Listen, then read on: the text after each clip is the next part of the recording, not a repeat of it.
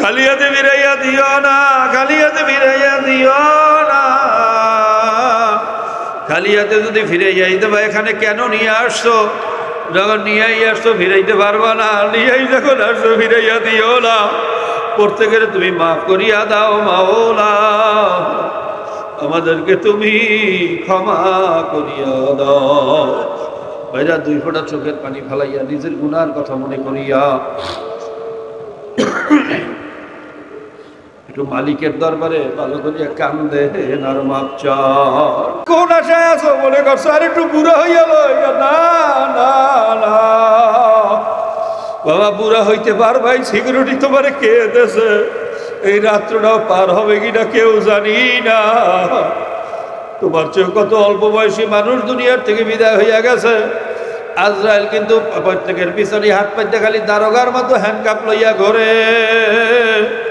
মালিকের একটু হুকুমের অপেক্ষায় আছে, অপেক্ষায় আছে। হুকুম পাওয়ার সঙ্গে সঙ্গে যখন খপ করিয়া থাবা মারবে, আর কিন্তু দুনিয়াতে থাকতে পারবা না। আর বাবা মনে রাখবেন, দুই সময় কিন্তু তওবাও কবুল হবে না।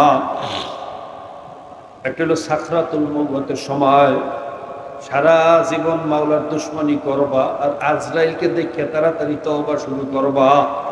তোমার মতো বাটপারকে মাওলা তওবা করতে দেবে না, ফেরাউনের মতো জবানটারে বন্ধ করিয়া দেবে।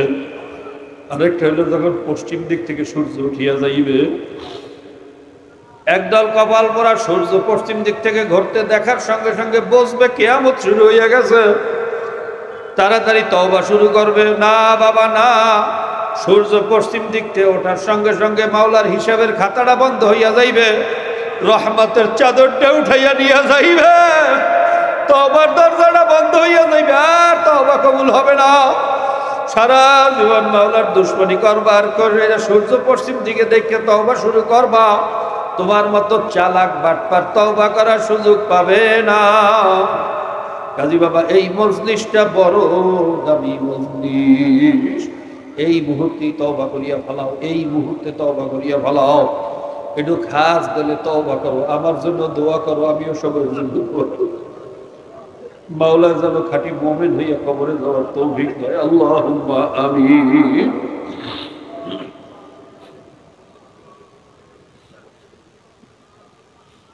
আল্লাহ আল্লাহ, একটু ময়দানের দিকে চাইয়া দেখো, এত রাত্র তোমার বান্দারা এখানে কি করে একটু দেখো। এখানে তো খাইতেও আসে না, টাকার জন্য আসে না, একমাত্র তোমার মোহাম্মতে আসছে মাওলা। এই জন্য জেহাদের উপরে মানুষের ঘৃণা সৃষ্টি করার জন্য বলে জেহাদি বই করো। কি কথা ঠিক না? যদি জেহাদি একটা স্টাডি বইকে জেহাদি বই বলো, তাহলে কোরআন শরীফ সবচেয়ে বড় জেহাদের কিতাব, সেটাকে বলো না এটা সন্ত্রাসী কিতাব। সেই সাহস নাই না? যদি সেই সাহস হয়, সুযোগ হয়, সেটাও বলবে যে কোরআনও সন্ত্রাসী কিতাব। কি কথা ঠিক না? আল্লাহ পাক রব্বুল আলামিন আমাদের সকলকে এই ষড়যন্ত্রগুলো বোঝার তৌফিক দান করুন। বাইরে ষড়যন্ত্র কেন জানেন? এই যে আইএস, ইসলামী সন্ত্রাসী, জেহাদ, জঙ্গিবাদ, এই যত অপবাদ আর যত ষড়যন্ত্র আর শয়তানি সব আমাদের বিরুদ্ধে। কথা কয় না? অথচ দেখেন, এই কিছুদিন আগে ট্রাম্প প্রেসিডেন্ট হওয়ার পরে ঘোষণা দিল কি, সকল গণতান্ত্রিক প্রোগ্রামকে সমর্থন করা উচিত। পতিত সরকার যে একটা প্রোগ্রাম ডাকছিল, কয় তারিখ যেন, কয়েকদিন আগে 10 তারিখ, ওই প্রোগ্রামে বাধা দেওয়ার কারণে ওইটা কেন হইতে দেয় না, এই জন্য বলতেছে গণতান্ত্রিক সব প্রোগ্রামগুলো হইতে দেওয়া উচিত, এটা মানবাধিকার লঙ্ঘন হয়। যেই পতিত সরকার প্রকাশ্যে মানুষকে গুলি করে হত্যা করছে, কথা কয় না, আয়নাগরে নিয়ে মানুষকে ধুকে ধুকে মারছে, এই যদি হয় গণতন্ত্র, তা শয়তানের তন্ত্র কোনটা? কথা কয় না? এই বাহিনীকে আপনি সকল ধরনের প্রোগ্রাম করার সুযোগ দেবেন গণতন্ত্রের নাম দিয়ে, এটা শয়তানের তন্ত্র কোনটা? কথা কন না কেন? এটা নিয়ে কোনো কথা নেই, এইটার বাস্তবায়নের চেষ্টায় আছে। আর মুসলমানরা যদি একটা গরু কাটা ওই ছুরিও ঘরের মধ্যে রাখে, ওইটার উঠাইয়া চড়ি বই একটা নিয়ে কইতেছে সন্ত্রাসী জিনিসপত্র পাওয়া গেছে, জেহাদি বই পাওয়া গেছে, এ জঙ্গিবাদ, আরে জীবনের তলে ছেলে ঢুকেই রাখো, কথা কয় না? আর প্রকাশ্যে যে AK-47 নিয়ে জনগণের গুলি করিয়ে মারছে গুন্ডার দলে না, ভিডিওতে নাই? হেলমেট বাহিনী, কথা কয় না? M16 AK-47 অত্যাধুনিক সব রাইফেল নিয়ে পাখির মতো গুলি করিয়ে মানুষগুলোর মারছে, এরা সন্ত্রাসী হয় না, কথা ঠিক না? কারণ হলো অগর দল, এই জন্য ওরা সন্ত্রাসী। আল্লাহ পাকের ষড়যন্ত্র আমাদেরকে বোঝার তৌফিক দান করুন। বাইরে ষড়যন্ত্রগুলো পরে কেন বুঝতে হবে, কারণ এই পৃথিবীর যত সম্পদ আছে এর অধিকাংশ না 80% সম্পদই হলো মুসলমানের। তেল কাদের হাতে? জোরে কয় না? স্বর্ণ যেটা দিয়ে মুদ্রা নিয়ন্ত্রণ হয় এটা কাদের হাতে? রাবার, ইন্দোনেশিয়ার রাবার বন্ধ করিয়া দিলে বা রাবার উৎপাদন বন্ধ হইলে কোনো কিছু চলবে না। প্লেন বলেন, জাহাজ বলেন, মাইক বলেন, লাইট বলেন, কিচ্ছু চলবে না যদি রাবার না থাকে। এর অধিকাংশ রাবার উৎপাদন হয় কোন দেশে? কোন দেশ এটা? কাদের দেশ? এমনকি সুয়েজ খাল, যেই খালটা বন্ধ করিয়া দিলে আমেরিকারদের দৌরত্ব বন্ধ হয়ে দিবে। এই ন্যাটো বাহিনী যত চালাকি করে আমাদের উপরে ভাইরা মাতুব্বারি করে, মনে চাইলে ফুডুর ফাটুর যুদ্ধ জাহাজ পাঠায়, কুয়েতে গাড়ি গাড়িয়া ইরাকের উপরে হামলা করে, কি কথা ঠিক না? এই যে যুদ্ধ জাহাজ পাঠায়, রণতরী পাঠায়, রসদ পাঠায় জাহাজের মাধ্যমে, কিসের মাধ্যমে? প্লেন দিয়ে এত রসদ পাঠাইয়া কোনো দেশকে জয় করা যায় না, জাহাজ লাগে। খাদ্য সামগ্রী থেকে শুরু করিয়া আসবাবপত্র, রসদপত্র, এর জন্য জাহাজের পথ ছাড়া শুধু প্লেন দিয়ে নির্ভর করা যায় না। আর এই জাহাজগুলো আসে হইল সুয়েজ খাল হইয়া। কি খাল? কথা কয় না? সুয়েজ খাল যদি বন্ধ করিয়া দেওয়া হয় পুরা ইউরোপ অবরোধ হয়ে যাবে। সেই আটলান্টিক মহাসাগর, বারমুডা ট্রায়াঙ্গেল, অ্যান্টার্কটিকা, বিশাল ভয়ঙ্কর এরিয়া যেখানে সবসময় বন্যা চলতে থাকে, বাইরা শত শত কিলোমিটার বরফ বইয়ে থাকে, কি কথা ঠিক না? এবার কোনো মতে ঘুরিয়া ঘুরিয়া যদি বারমুডা ট্রায়াঙ্গেলের কাছাকাছি যায় তাহলে তো সব ক্রাশ হয়ে যাবে, ওখান থেকে তার কেউ ফিরিয়ে আসতে পারে না, কথা ঠিক না? এই পথ পাড়ি দিয়া এই ইউরোপিয়ানরা বা ন্যাটোরা আমাদের উপরে মাতবারি করবে, সর্দারি করবে, ফাইজলামি করবে, এই ক্ষমতা আমেরিকার বাবারও থাকবে না যদি খালি সুয়েজ খালটা বন্ধ করিয়ে দেয়। এই সুয়েজ খালটাও আল্লাহ পাক রব্বুল আলামিন মুসলমানদের মধ্যে খেতেছে। জোরে কয় না সুবহানাল্লাহ? এক কথায় সারা পৃথিবী নিয়ন্ত্রণ করার ক্ষমতা কাদের হাতে? এইটাই কপাল পরা মুসলমানের খবর নাই, কিন্তু অগ খবর আছে, কথা বলে। এই জন্য যত ষড়যন্ত্র কাদের বিরুদ্ধে? জোরে কন। এই আল্লাহর জেহাদ, আল্লাহর জেহাদ কইয়া যে বোমা ফাটাইয়া মসজিদে মানুষ মারে, আচ্ছা মসজিদে বোমা ফাটাইয়া মানুষ হত্যা করা, এটা কোন জেহাদ? এরকম কোন জেহাদ কোরআনে আছে? হাদিসে? কথা কয় না। মসজিদে বোমা ফাটাইলে কি মুসলমান মরে না বিজাতিরে মরে? তো মসজিদে বোমা ফাটাই বলতেছে জেহাদ, আরে যত বোমা ফাটে সব মুসলমান দেশে, তাও আবার যেসব দেশগুলো হইল কোনো দেশ পারমাণবিক অস্ত্রের ক্ষমতাশীল দেশ, কথা বলেন, কোনো দেশ খনিজে ভরা দেশ, সেই দেশগুলোর মধ্যে এই ষড়যন্ত্রগুলো, এই বোমাবাজি কারণটা কি? অন্য দেশে নাই দেন।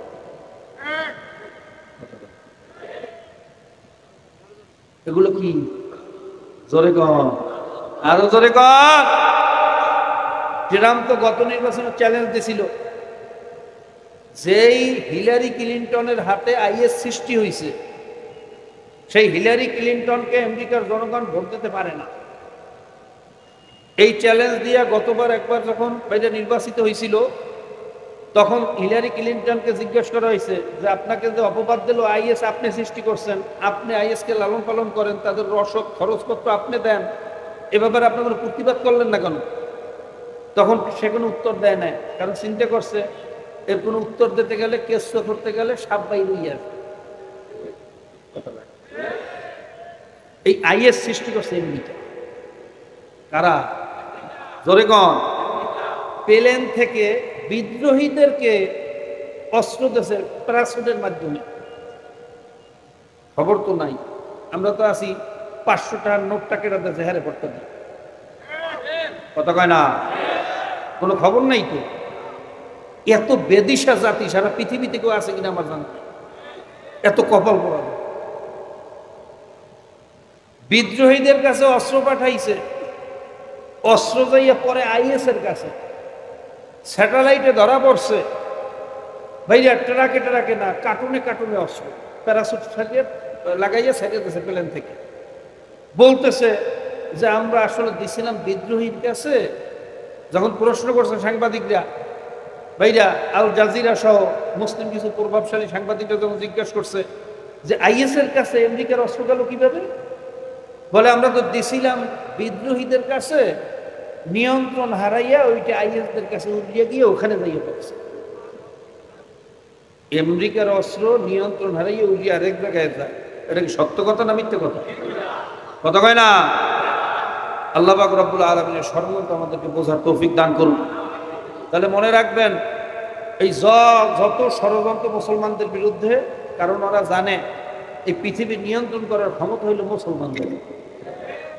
ওরা করতেছে হইল অস্ত্রের বলে শয়তানি করিয়া মুসলমানদের বিরুদ্ধে মোনাফেক মীর জাফর, মীর সাদেক, উন্মিসাদ, করমচাঁদ, রাইদুল্লাহ বাবু, ঘসিটি বেগম, শেখ সৈয়দ আহমদ, আহমদ রেজা খান, গোলাম আহমদ কাদিয়ানি, গোলাম আহমদ পারভেজ, এই আটরশি, রাজারবাগী, সুরেশ্বর, এরপর দেওয়ানবাগী, এই সমস্ত ভণ্ড সৃষ্টির মাধ্যমে মুসলমানদের মধ্যে ফিতনা সৃষ্টি করছে। এই কথা ঠিক না বেঠিক? মুসলমানরা কেউ মিলাদ লই এখন আমরা ব্যস্ত আছি, কেউ কেউ মিলাদ করা হারাম, আরেকজনে কয় জায়েজ, এই লই মারামারি, কথা কয় না। কেউ কেউ টুপি গোলডা পড়তে হইবে, কেউ কেউ পাঁচকল্লি পড়তে হইবে, এই লই মারামারি।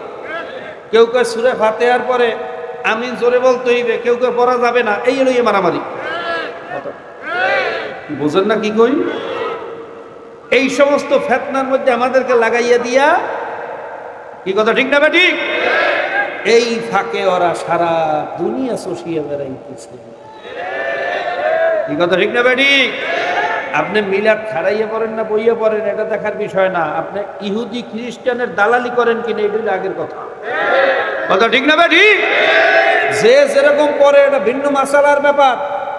এই মাসালা নিয়ে ইশকাল করিয়া দলাদলি করিয়া কাফের মুশরিক বেঈমান নাফরমানের দালালি করা যাবে না, ঈমান থাকবে না, কথা ঠিক না বেঠিক?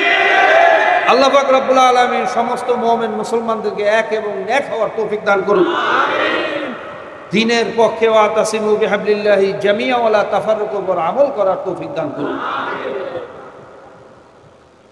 তো ভাইরা, এই যে কথাগুলো বললাম, অনেকে তো একটু মনে মনে বেজার হয়েছে।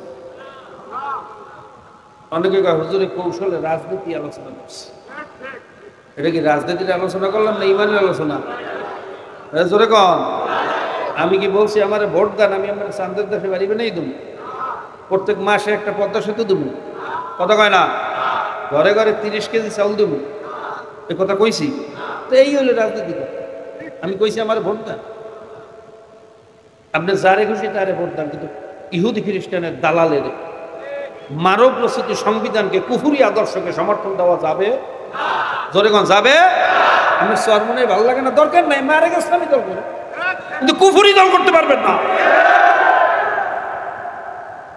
মুসলমানের সন্তান মুফতি মুহাদ্দিস হইছে, কিন্তু ইমানদার হইতে পারছে কিনা সন্দেহ। আল্লাহ পাক আমাদের সকলকে খাঁটি মুমিন হওয়ার তৌফিক দান করুন।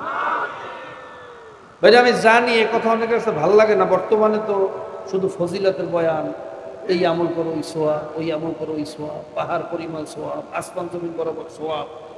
এত সোয়াব রাখবেন তো? ইমানের তো তলা ফুটে হয়ে গেছে, কি কথা ঠিক না? যদি আগে ইমান ঠিক করেন তারপর আমল করেন। যদি ইমান ঠিক থাকে সামান্য আমল করেন, আল্লাহর ফজলে জমা হইয়া থাকবে। আর যদি ইমানের তলা ফুটা হয়, ইবলিসের মতো যত সেজদা দেবেন কোনো সেজদা গ্রহণ হবে। কাজে পায়ে ধরিয়ে বলিয়া গেলাম, বাবা আগে ইমান ঠিক করুন। বর্তমানে ফজিলতের বয়ানে সবাই খুশি। আল হক কুমরুন, হক কথা তিতে, আমি খুব ভালো করিয়া জানি, কথা ঠিক না?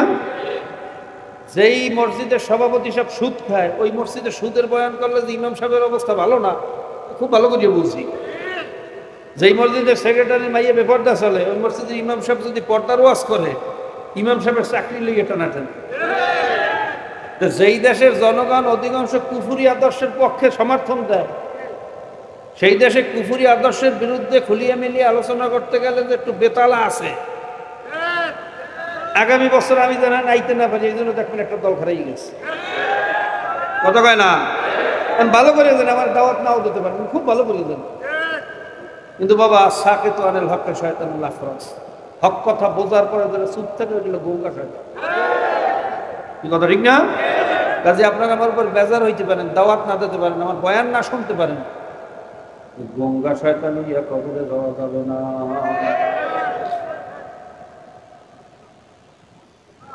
বাইরে এর পরেও বলছি, আমার কথাগুলা যদি কোরআন হাদিস বিরোধী হইয়া থাকে, আল্লাহ এবং আল্লাহর রসুলের বিরুদ্ধে বলিয়া থাকে, ইসলামের বিরুদ্ধে যাইয়া থাকে, এই মাহফিলের পরে সবাই মিলে আমাকে ছুঁতা মারিয়েন, আমাকে থুথু মারিয়েন, আমার কোনো দাবি নাই। আর যদি একমাত্র মাওলার দিনের মহাব্বতে আমার নবীর দাঁত ভাঙ্গা দিন, রক্ত ঝরা দিন, আমার নবী দিনের জন্য কত কষ্ট করছে আল্লাহ। মা আয়েশা রাদিয়াল্লাহু তাআলা আনহা একদিন জিজ্ঞাসা করেন, ইয়া রাসূলুল্লাহ, ইয়া হাবিবাল্লাহ, আপনার গায়ে যে কালো কালো গুটি গুটি দাগগুলো, দাগগুলো কিসের? আপনার কি কোনোদিন বসন্ত হয়েছিল নাকি ফোড়া হয়েছিল নাকি? এই কথা বলার পরে আল্লাহর নবীর পিছনের ইতিহাস মনে পড়িয়ে গেছে, চোখে পানি রাখতে পারলেন না, যার যা করে কান্দে আর বলে, আয়েশা, আমার গায়ে যে কালো কালো দাগগুলো দেখো, দাগ কোনো ফোড়ার দাগ না, বসন্তের দাগ না। দিনের দাওয়াত দিতে গিয়া কাফের মুশরিকরা আমার গায়ে এত পাথর মারছে, আল্লাহ, পাথর মারতে মারতে সমস্ত শরীরটারে কালো বানাইয়া ফেলাইছে, কত বিখ্যাত করিয়া ফেলাইছে। ভাইরা, আমার নবী দাঁত ভাঙ্গিয়া সমস্ত জামা কাপড় রক্তে লাল হইয়া গেছে, মাথার হেলমেট ভাঙ্গিয়া চারা ভাঙ্গিয়া ভিতরে ঢুকিয়া গেছে, বেহুশ অবস্থায় পড়িয়া গেছেন। কাফেররা ঘোষণা করছে, কুতিলা মুহাম্মদ, মুহাম্মদকে মারিয়া ফেলাইছি, আর দুনিয়াতে নাই। এই ঘোষণা শোনার পরে সমস্ত সাহাবায়ে কেরাম পাগলের মতো হইয়া গেলেন। কেউ দরজা খুলিয়া পাগলের মতো ধরতেছে, আমার নবী নাই। পাগল হাবিবাইরা শুরু হইয়া গেছে। এক মুসলিম নারী উল্কার মতো ময়দানের দিকে দৌড় মারছে। পথের ভিতরে কাফের মুশরিকরা বলতেছে, হে মুসলিম নারী, তুমি কোথায় যাইতেছো? যুদ্ধে তোমার স্বামী মারা গেছে, সন্তান মারা গেছে, প্রতিপত্নী আত্মীয় স্বজন সবাই তো মারা গেছে, কোথায় যাও? তখন আমার ওই মা বলছিল, সবাই মারা গেছে, আমার তাতে কোনো দাবি নাই, বলো আমার নবী কেমন আছে?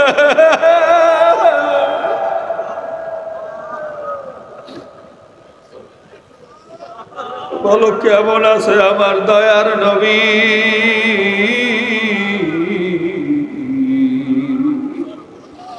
আমরা যে তার আদরের উম্মত, উম্মতে করলাম কি? আল্লাহ, তুমি আমাদেরকে দিন বোঝার তৌফিক দিয়া দাও, আমাদেরকে খাঁটি মুমিন হওয়ার তৌফিক দিয়া দাও। তবে ভাইরা, বুঝি নাই, না বুঝিয়া করছি, শয়তানের ধোকায় পড়িয়া করছি, দুনিয়ার মহাব্বতে, ক্ষমতার মহাব্বতে পড়িয়া করছি। এই মুহূর্তে তওবা করিয়া ফেলাও। যদি তওবার মতো তওবা করতে পারো, খোদার কসম খাইয়াও বলতে পারি, আমার মাওলায় খালি হাতে ফিরাইতে জানে না।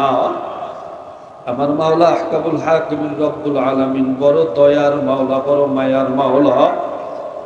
যদি তওবার মতো তওবা করতে পারো, খোদার কসম খাইয়াও বলতে পারি, খালি হাতে ফিরাইয়া দেবে না।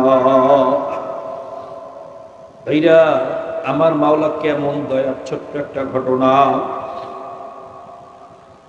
বনি ইসরাইলের ভিতরে এক যুবক ছিল, প্রায় ঘটনাটা বলি। ওইটা এমন কোনো গুনাহ নাই যে ছেলে করে নাই, তার গুনার কারণে, অপরাধের কারণে শহরের পরিবেশ নষ্ট হওয়া শুরু হয়েছে।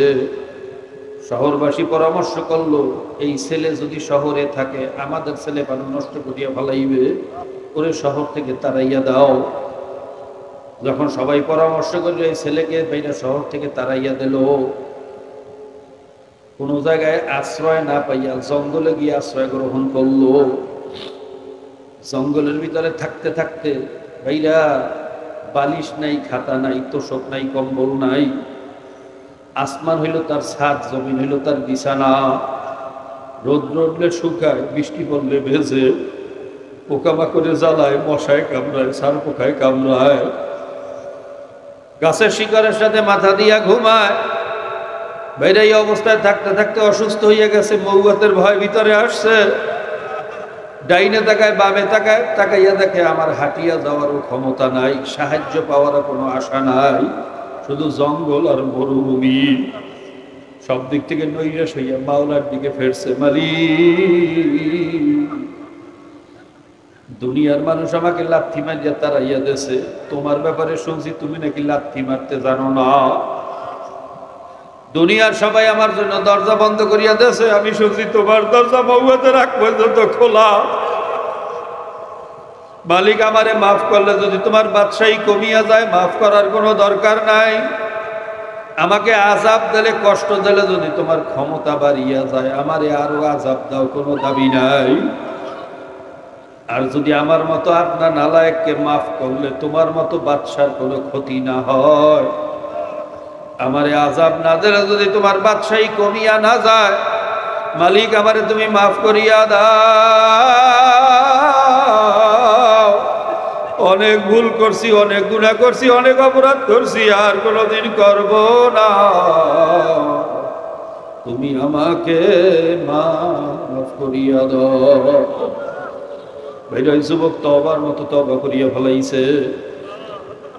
এক সময় যুবক যখন দুনিয়া থেকে বিদায় হইয়া গেছে, আল্লাহ পাক রব্বুল আলামিন নবী মুসাকে বলতেছেন, হে মুসা, তাড়াতাড়ি জঙ্গলে যাও, আমার এক দোস্ত মারা গেছে, তার জানাজা পড়া লাগবে। আল্লাহ,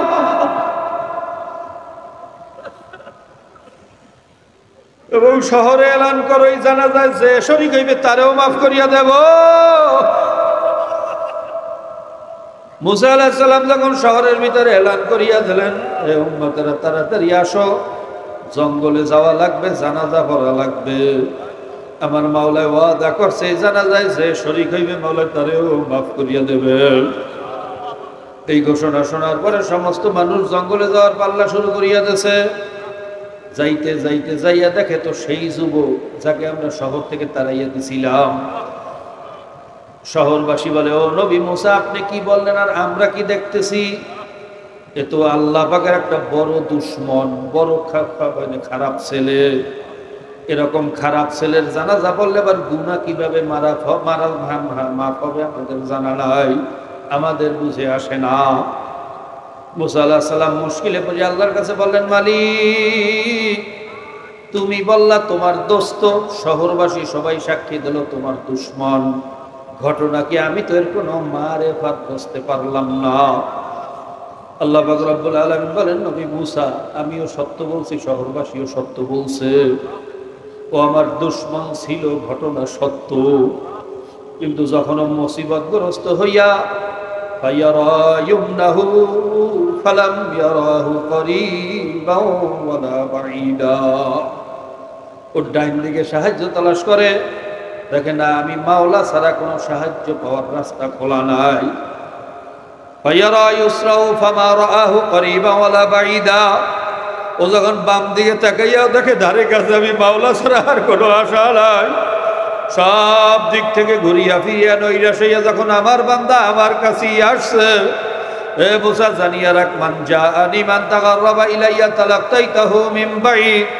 जब कोई बंदा बंदी मेरी तरफ आता है, शिकस्ता दिल आता है, टूटा हुआ दिल आता है। जब वो घबरा कर चारी तरफ मायूसी का समुंदर दिखता है, आसमान उस पर टूट सा नजर आता है, जमीन उस पर तंग हो जाता है, चारी तरफ के दरवाजे जब उस पर बंद हो चुका है, मेरी दरवाजा कभी बंद नहीं होता। सबाई जखन दरजा बंद करे आमार दरजा तखनो खोला। आमी माওলা दरजा बंद करते जानी ना, मौতের আগ পর্যন্ত আমি দরজাটা খুলিয়া ডাকি, আয় আয় আয় আয়, আমার কাছে মাপ চা, ক্ষমা চা, আমি তোদের জীবনের সমস্ত গুনাহ মাফ করিয়া দেব। আল্লাহ পাক রব্বুল আলামিন আরো বলেন, হে নবী মুসা তুমি আরো জানিয়ে রাখো, ও তো তঙ্গি দিলওয়ালা ছিল, শুধু নিজের জন্যই ক্ষমা চাইছে। আর ক্ষমা চাওয়ার পদ্ধতিটা আমার কাছে এত ভালো লাগছে, আর কাকুতি মিনতি, আর কান্নাকাটি, আর রোনাজারি, আমি মাওলার আরশটারে এমন গরম বানাইছে, আমার মোহাব্বতের দরিয়ায় এমন টান লাগাইয়া দিয়েছে, ওই মুহূর্তে যদি একবারও বলতো আল্লাহ দুনিয়া সবাইরও মাফ করিয়া দাও,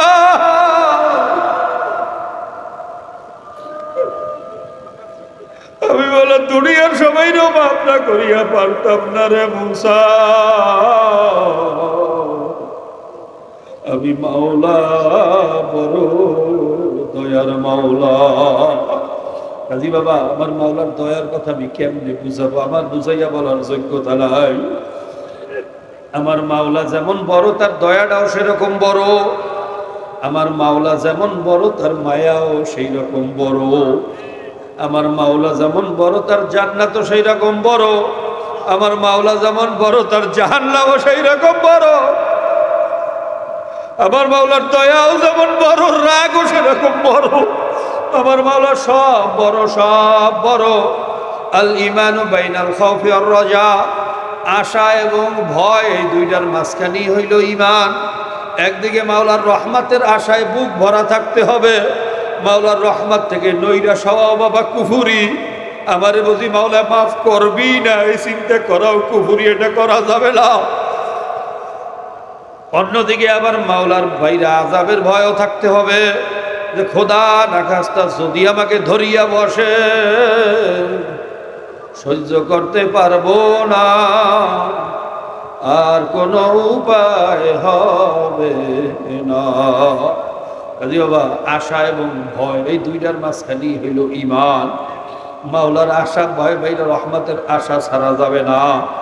আবার মাওলার বাইরা ভয়ে শরীরের ভিতরে কাঁপন উঠতে হবে, মাওলার ভয়ে ভিতরে রক্তক্ষরণ হইতে হবে, মাওলার ভয়ে চোখে পানি আসতে হবে।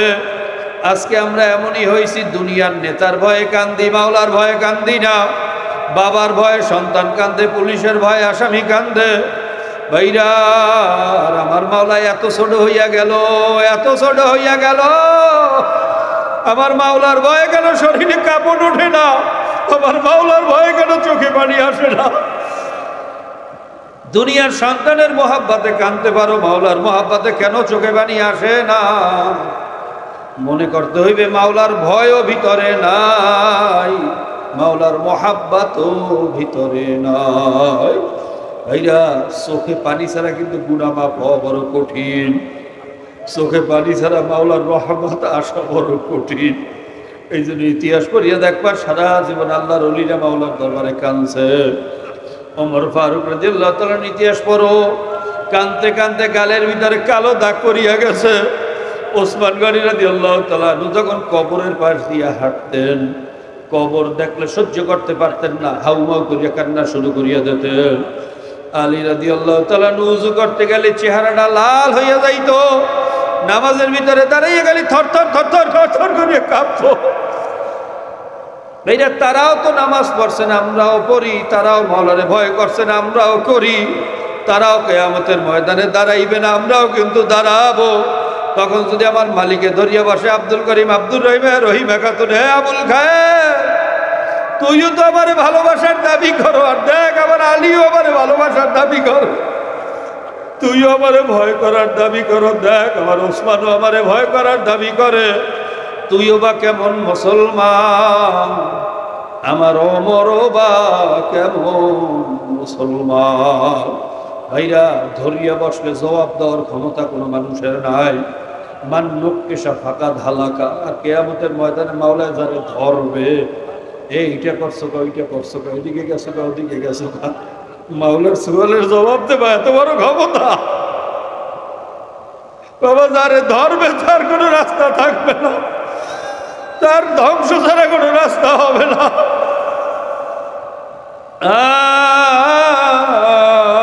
ওইটা বড় কঠিন। আল্লাহ আমাদেরকে তুমি মাফ করিয়া দাও। আল্লাহ তুমি আমাদেরকে খাঁটি মোমেন হওয়ার তৌফিক দিয়া দাও।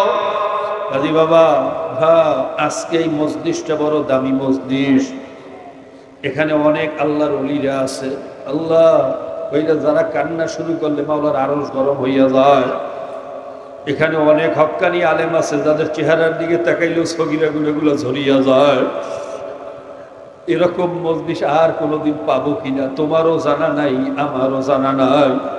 এখান থেকে বাড়ি যাইতে পারবো কিনা বলার ক্ষমতা কোনো মানুষের নাই। ভাইরে রাত্রটা আপনার আমার উপর থেকে যায় না না যায় বলতে পারবে এমন মানুষ দুনিয়াতে নাই।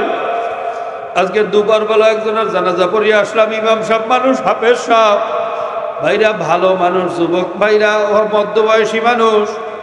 মেয়ের বাচ্চা হইবে হসপিটালে ভর্তি, বরিশাল রওনা করছে। কোর্ট রোড পার হওয়ার পরে কোনো কথা নাই, বার্তা নাই, আস্তে টাস করে বলিয়ে গেছে। কালে করতে করতে বিদায় হয়ে গেছে। ওইটা হিসেব করলে দেখা যায় তার বয়সের সাথে আমাদের বয়স বেশি দূরে না। যুবক বাবারা কোন আশায় আছো মনে করছো আর একটু বুড়া হইয়া লই? না না না বাবা, বুড়া হইতে পারবাই। সিকিউরিটি তোমারে কে দেছে? এই রাত্রটাও পার হবে কিনা কেউ জানি না। তোমার চেয়ে কত অল্প বয়সী মানুষ দুনিয়ার থেকে বিদায় হইয়া গেছে। আজরাইল কিন্তু প্রত্যেকের পিছনে হাত পাইতে খালি দারোগার মতো হ্যান্ডকাপ লইয়া ঘরে। মালিকের একটু হুকুমের অপেক্ষায় আছে, অপেক্ষায় আছে। হুকুম পাওয়ার সঙ্গে সঙ্গে যখন খপ করিয়া থাবা মারবে। আর কিন্তু দুনিয়াতে থাকতে পারবা না। আর বাবা মনে রাখবেন, দুই সময় কিন্তু তওবাও কবুল হবে না। একটা হলো সাকরাতুল মউতের সময়, সারা জীবন মাওলার দুশমনি করবা, আর আজরাইলকে দেখে তাড়াতাড়ি তওবা শুরু করবা। তোমার মতো বাটপারকে মাওলা তওবা করতে দেবে না, ফেরাউনের মতো জবানটারে বন্ধ করিয়া দেবে। আরেকটা হলো যখন পশ্চিম দিক থেকে সূর্য উঠিয়া যাইবে, একদল কপাল পরা সূর্য পশ্চিম দিক থেকে ঘুরতে দেখার সঙ্গে সঙ্গে বুঝবে কিয়ামত শুরু হইয়া গেছে, তাড়াতাড়ি তওবা শুরু করবে। না বাবা না, সূর্য পশ্চিম দিক থেকে ওঠার সঙ্গে সঙ্গে মাওলার হিসাবের খাতাটা বন্ধ হইয়া যাইবে, রহমতের চাদরটা উঠাইয়া নিয়ে যাইবে, তওবার দরজাটা বন্ধ হইয়া যাইবে, আর তওবা কবুল হবে না। সারা জীবন মাওলার দুশমনি করবার করে সূর্য পশ্চিম দিকে দেখে তওবা শুরু করবা। তোমার মতো চালাক বাটপার তওবা করার সুযোগ পাবে না। কাজী বাবা এই মজলিসটা বড় দামি মজলিস। এই মুহূর্তে তওবা করিয়া ফেলাও, এই মুহূর্তে তওবা করিয়া ফেলাও। একটু খাস দিলে তওবা করো, আমার জন্য দোয়া করো, আমিও সবার জন্য করো। মাওলা যেন খাঁটি মুমিন হইয়া কবরে যাওয়ার তৌফিক দেয়। আল্লাহুম্মা আমিন।